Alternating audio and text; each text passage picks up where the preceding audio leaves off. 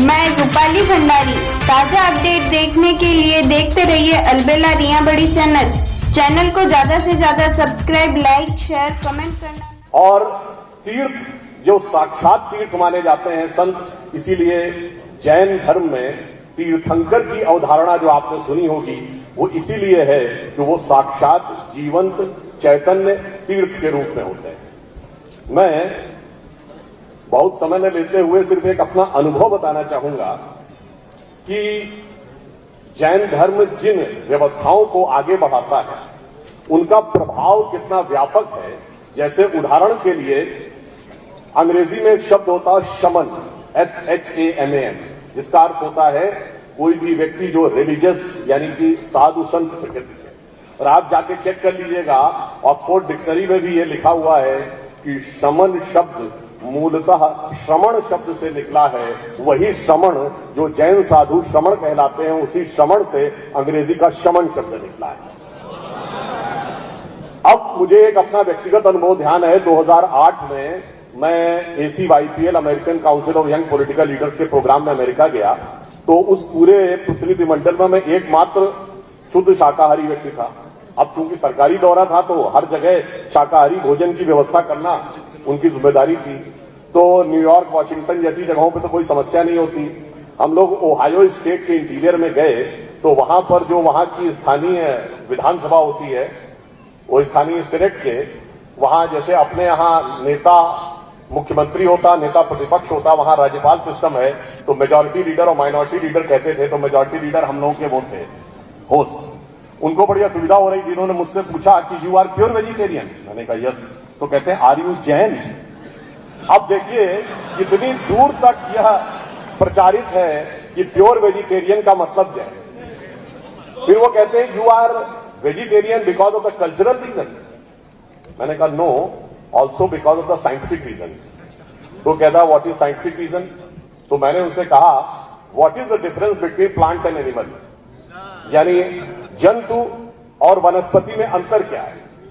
कोई भी साइंस के विद्यार्थी से पूछेगा तो वो बताएगा अंतर है presence of the nervous system, तंत्रिका तंत्र की उपस्थिति। इसीलिए वनस्पति अपने आप गति नहीं कर सकती है, जंतु अपने आप गति कर सकता है। तो जब आप किसी जंतु को लेते हैं तो उसके साथ साथ उसके तंत्रिका तंत्र का भी जो अमीनो एसिड है वो भी आपके अंदर जाता है।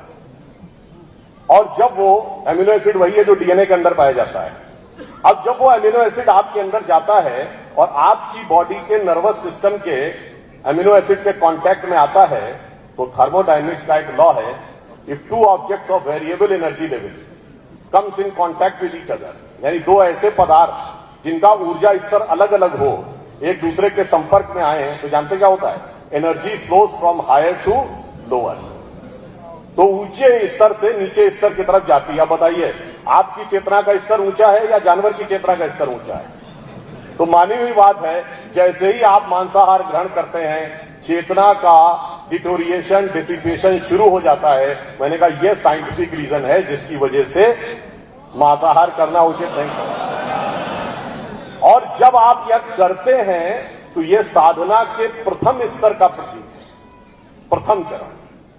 तो वहीं से आत्म संयम की उस मुकाम तक पहुंचते हैं जहां पर शतावधानी व्यक्ति बनता है, यानी 100 प्रश्न एक साथ पूछे जाते हैं और उसी सीक्वेंस में उत्तर देते हैं। अभी 2015 में और 2018 में बेंगलोर में एक जैन युवा सन्यासी थे, फिर महाशतावधानी 200 प्रश्नों का एक ही सीक्वेंस में उत्तर, और सहस्रावधानी तक होते थे। यदि चेतना के उस स्तर तक पहुंचना है तो जैन धर्म ने जो शिक्षाएं दी हैं वो आत्म संयम उसका प्रथम सोपान होता है, तब आप वहां तक पहुंचते हैं। और इसीलिए हमारे यहां ये कहा गया कि जो बाहर की दुनिया को जीत लेता है वो वीर है। बाहर जो संघर्ष करता है, बाहर में बड़े बड़े युद्ध जीतता है, वो तो वीर है। जो अंदर की विजय प्राप्त करे वो ज्यादा बड़ी विजय है।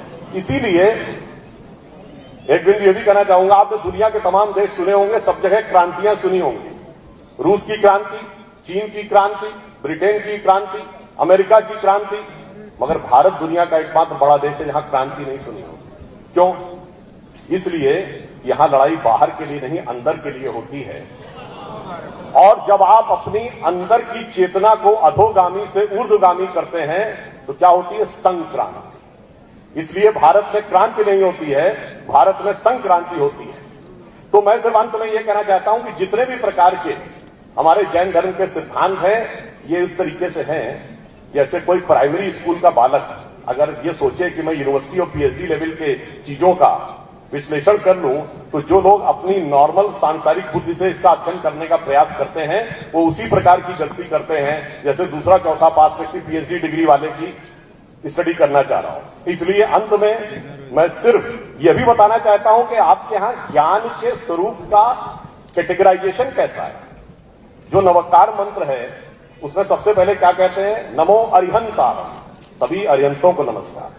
फिर नेक्स्ट है नमो सिद्धारम, फिर कौन? जो सिद्ध पुरुष है। फिर नमो अय्यर्याणम, यानी आचार्य लोग। आचार्य कौन है? जिसने सब अनुभूत कर लिया हो और बताने की क्षमता भी रखता हो।